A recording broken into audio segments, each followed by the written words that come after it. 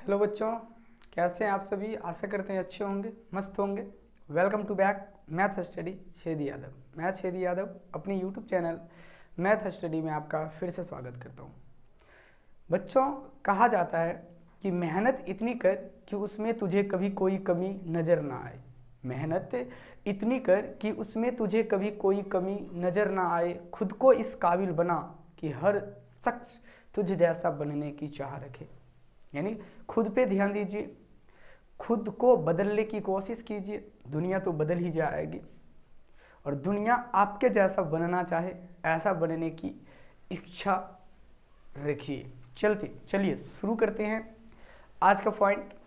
आज हम इस वीडियो में आपको बताने वाले हैं, चर्चा करने वाले हैं कि जो दो चर वाले रैखिक समीकरण होते हैं उसका हल विलोपन विधि से कैसे ज्ञात किया जाता है। यानी सबसे पहले बताने वाले हैं कि दो चर वाले रैखिक समीकरण किस रूप का होता है, कैसे समीकरण को हम दो चर वाले रैखिक समीकरण कहते हैं, और फिर उन समीकरण का हल विलोपन विधि से कैसे ज्ञात किया जाता है।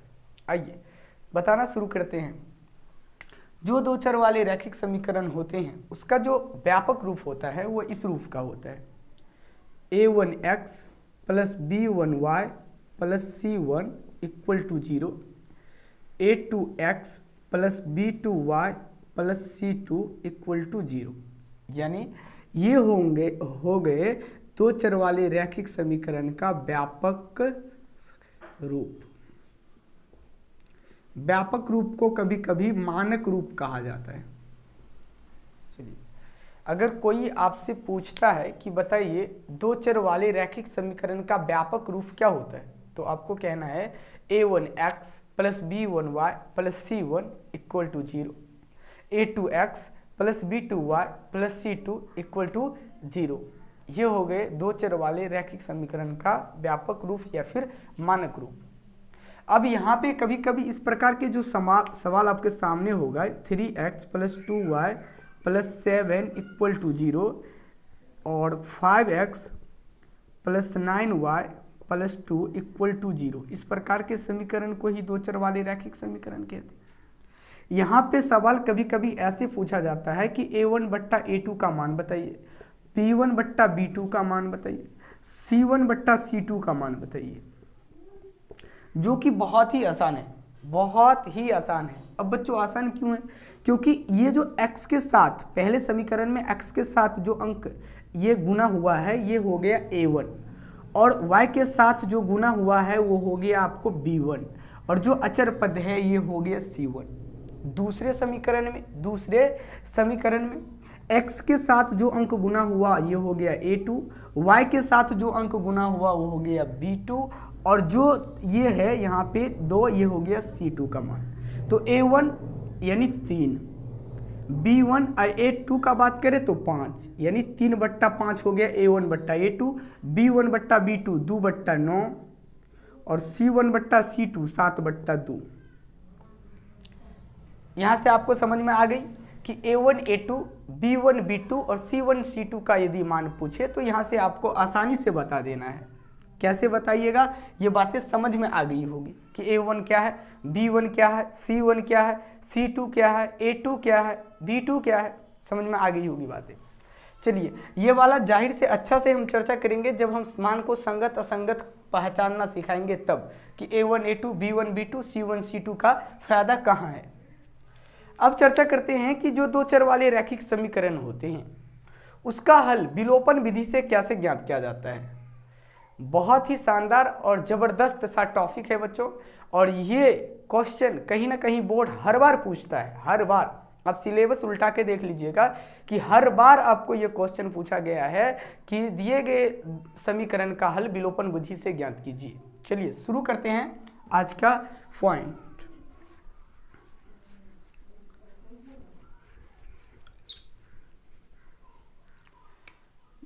दो समीकरण हम लिख देते हैं, 2x प्लस 3y बराबर 5, और दूसरा समीकरण लिखते हैं 3x प्लस 2y बराबर 7।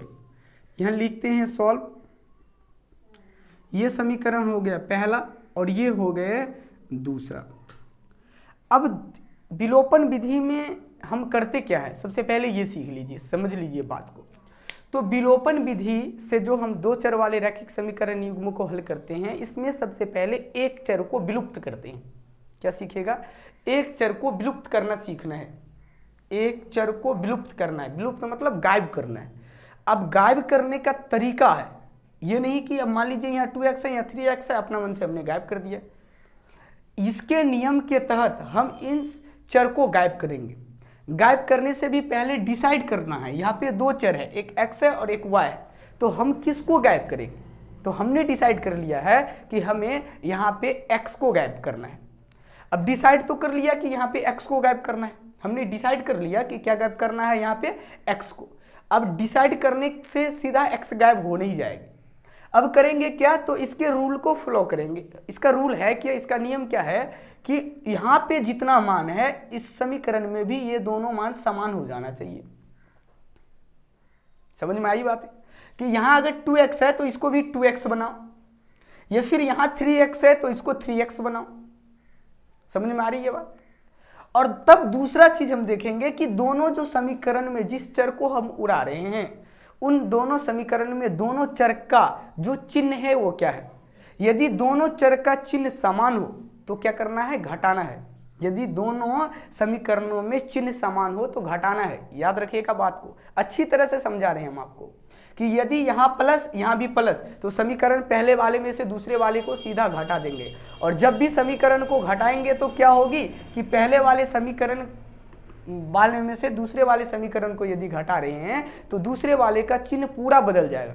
जो प्लस में होगा वो माइनस में हो जाएगी और जो माइनस में होगा वो प्लस में हो जाएगी। चिन्ह बदलने का यही मतलब है। चलिए, तो बराबर करने के लिए देख लीजिए, अगर 3x को हम 2 बना नहीं सकते। क्यों नहीं बना सकते हैं? क्योंकि यहाँ x में से किसी को घटाना है नहीं समीकरण में। अगर घटाएंगे तो फिर अलग टाइप का ये समीकरण बन जाएगा। तो यहाँ पे मल्टीप्लाई हम कर सकते हैं मानों से। तो 2x को किससे मल्टीप्लाई किया जाए और 3x को किससे मल्टीप्लाई किया जाए कि इन दोनों का मान समान हो जाए। तो 2 को यदि 3 से गुना कर देते हैं तो 6, और यदि 3 को 2 से कर देते हैं तो 6। यहाँ भी x यहाँ भी x, 6x और 6x क्या हो जाएगी? मान दोनों का बराबर। और जैसे ही मान बराबर हो जाएगी तो दोनों मान समान चिन्ह में है, तो क्या कर देंगे? पहले वाले में से दूसरे वाले को घटा देंगे। चलिए लिखना शुरू करते हैं। लिखना होगा आपको, वहाँ लिखिएगा कि समीकरण, पहले तो हमने समझ लिया कि करना क्या है और सोच लिया। तो समीकरण 1 में हमें क्या करना है? 3 से गुना करना है और दूसरे वाले को घटाना है, लेकिन दूसरे में कितना से गुना करके? 2 से। तो समीकरण 1 गुने 3 माइनस 2 गुने 2 करने पर, चलिए अगर समीकरण 1 में 3 से गुना कर रहे हैं तो 2 तिया 6x, यानी पूरे समीकरण में गुना करना है। याद रखिएगा इस बात को भी कि अगर 3 से गुना कर रहे हैं, ये नहीं सिर्फ x में गुना करके इस सब को ऐसे उतार देंगे, फिर गलत हो जाएगी प्रोसेस। 6x, 3 को 3 से करेंगे 9y, और 5 को 3 से गुना करेंगे हो जाएगा 15। और समीकरण 2 में 2 से गुना करना है। 3 दूना 6x प्लस 2 दूना 4y और 7 दूना 14। चिन्ह है माइनस का, सब घटेगी, चिन्ह घट गया, माइनस माइनस माइनस, क्योंकि सब चिन्ह प्लस में था और चिन्ह परिवर्तन हुआ। अब 6x माइनस में 6x प्लस में से ये गायब हो गया, कट गया। 9y में से 4y जाएगा, बच गया 5y, और 15 में से 14 जाएगा, ये तो आपको घटाव आता ही होगा 1। चलिए अब ये 5y के साथ है गुना में, इधर आ जाएगा भाग में। ये समीकरण से आपको पता है y का मान यहाँ निकल के आ गया 1/5। अब करना क्या है? इसी y के मान को या तो समीकरण 1 में या फिर 2 में रख देना है। हम समीकरण 1 में रखते हैं। समीकरण 1 में y का मान रखने पर समीकरण 1 क्या है? 2x प्लस 3y, 3 गुने y का मान है 1/5 और बराबर 5। चलिए 2x प्लस 3 को 1 से गुना करेंगे 3/5 बराबर 5। ये हो गया भिन्न का जोड़, 1 5 का लॉस हो 5। 1 को कितना बार पढ़ेंगे? 5 आएगा 5 बार। 2x को 5 से गुना करेंगे 10x प्लस 5 को 1 बार पढ़ेंगे 5। 3 को 1 से गुना करेंगे 3 बराबर 5। अब हो जाएगी समीकरण से हमें पता है कि दोनों अंश बट्टा हर में है, तो कर देंगे 3 को गुना।